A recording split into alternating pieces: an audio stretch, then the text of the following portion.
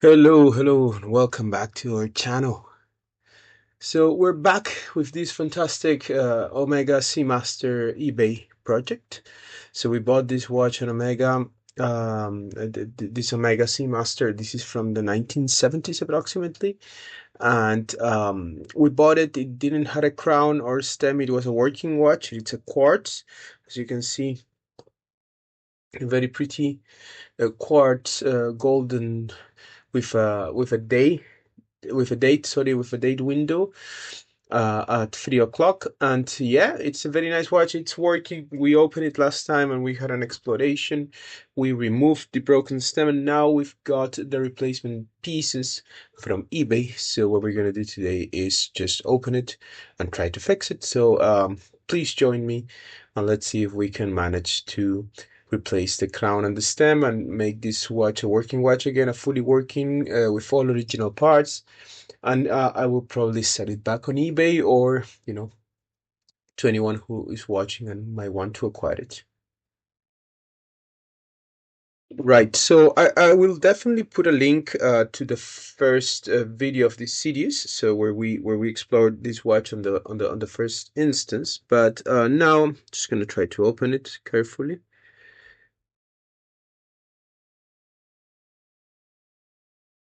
So you can see it's a fairly simple open. So yep, there it is. Huh, that ain't great. Yeah, okay.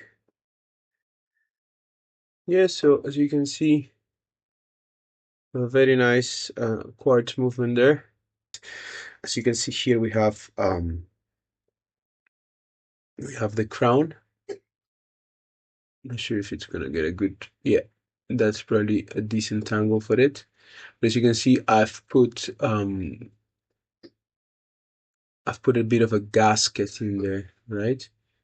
And yeah, very nice original Omega crown. And yeah, that's cool. So yeah, next thing I'm gonna do now is I'm gonna work on the stem. I'm gonna try the size of the crown versus the size of the stem once we put it in. Yeah. Right, so it has quite a few parts. This bit that goes into the watch, this is the mechanism, right? And then all this last bit where it just goes into the crown. That's a part that goes exactly into the crown, right? So now what we're gonna do is we're gonna hold this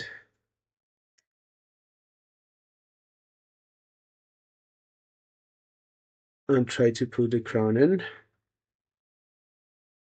Hopefully,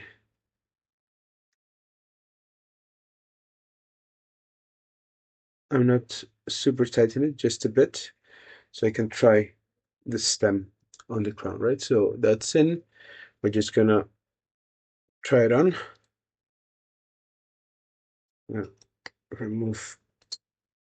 Just gonna remove this thing, and then we're gonna try stem on.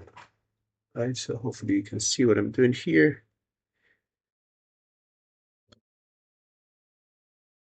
Right, so if I push, there is a bit of a locking, so you probably heard that. And then you can pull out and it pulls out. Hopefully you heard that again.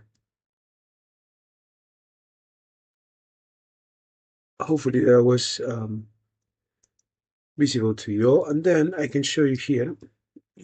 Hmm. So we can set the date, at least the hour, right? This is a funny mechanism, so I don't want to play around too much with it. But if you know this type of watch, I'll show you once we're done how it does work. But it is engaged, which is the important bit. Now I'm putting it back in. And then as you can see, we have an issue, right? The issue is that there is some distance here, which we have to measure exactly, but that particular distance that we need to get rid of in the step, right? So we're gonna do that. We're gonna get rid of that. And then all these bits gonna go into there. and this should just land exactly into here, right? We'll see if that is the case though. But yeah, that's the plan anyway. We have the gasket, which should give us some mild protection there as well. Right, so let's try to do that then. Let's measure. Let's measure that excess distance that we have here, right? So from what I've heard, this is the distance I need to measure. So I'm going to triple check that that's the case, but also considering this little bit, which is part of the crown. And yeah, I'm going to measure that and then I'm going to try to cut it, right? So yeah, I'm going to do that. Also going to make sure there's no more, so the stem can go any farther in. I don't think it can. So we're good. Right, that's the button you press to take it out. So I thought, maybe we can press it to take it in as well and to see how it fits. But no. Right, so we've done a bit of measurement, and I don't have a caliper, which is a mistake for sure. But we've measured this distance, right? Hopefully you can see it on that close camera, and that to me looks exactly like 2 inches. Right, so if I superimpose this measurement device, yeah, you can see that 1, 2, almost 3 centimeters, or in inches, that is, yeah, one of those inches, right? So, but I'm gonna go with centimeters, which is a bit more granular measurement in this case. And again, measuring there, and from there we go 1, 2, 3 of those white spaces, 3 of those white spaces. So yeah, like that. And I'm gonna cut just 2 to be on the safe side. And then if I need a bit more, I tap a bit more on it. But I'm just gonna do 2 of those. Okay, so yeah, that's us again. Just gonna do 2 of those white spaces. So something like that. 2 of those.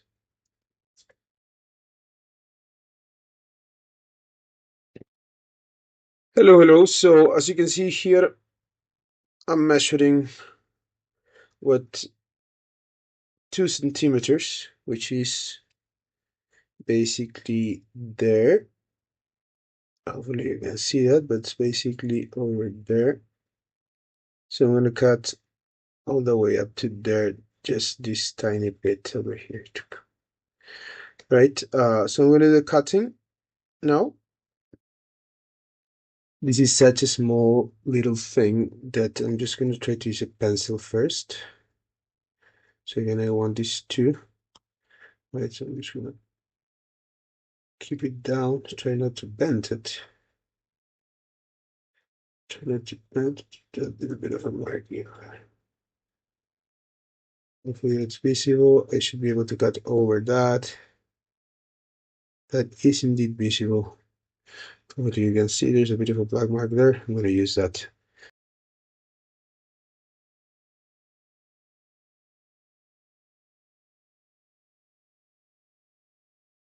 That was tough. That was very tough. That flew somewhere in my room. And now I'm gonna use a bit of sandpaper and I'm gonna try to smoothen that out a tiny bit. Right, so we're back at it. As you can see, we put the stem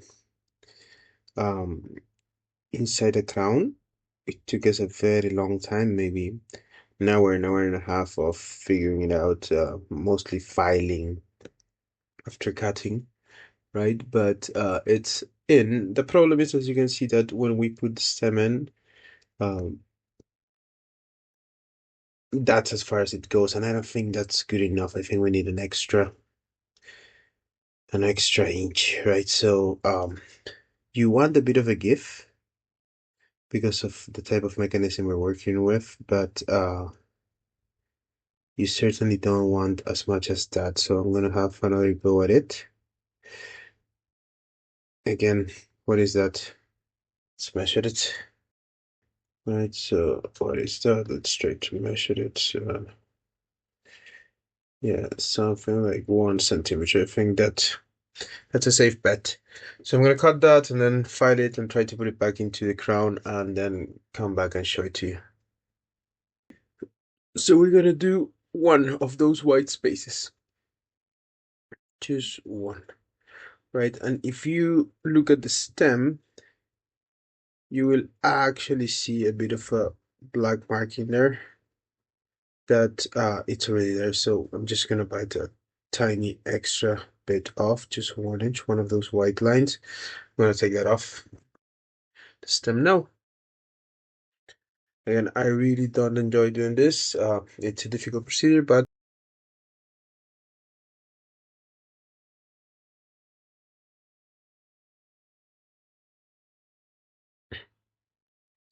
it is very hard to tell what happened. It is a bit shorter now, but it is obviously torn and bent, so I need to file that. So I'm gonna do that. I have my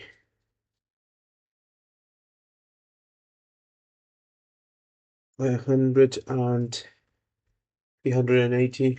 I know this is not ideal, but this is what I have at hand, and I'm working with this. So I'm just gonna file it until I can fit it into the crown. Okay. Right, so we're back at it. We shortened the stem for another extra centimeter, 1 centimeter less, and now we put it back onto the crown. It's a bit dodgy, the attachment. They have to improvise a bit of a tool in order to hold the stem and then try to roll or screw the crown in. So now we're gonna test to see if the size is desired. Okay, that looks a lot better. Might be just the right size, we'll see. Let me see if we can unscrew it. Okay, we definitely can unscrew it. We can handle that. That's good. So let's press here. Maybe we overdid it.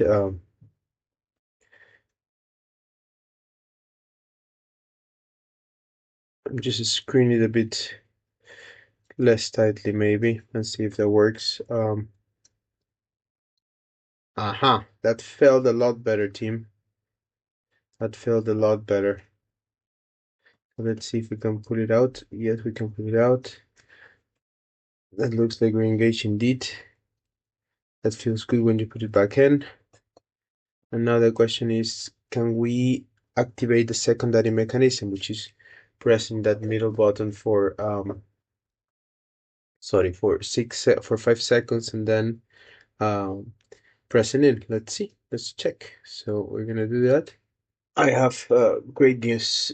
I think I've done this correctly, so let me show you. This is a very weird movement, very unique Omega movement, but basically here the pusher in the crown, hopefully you can see that clearly.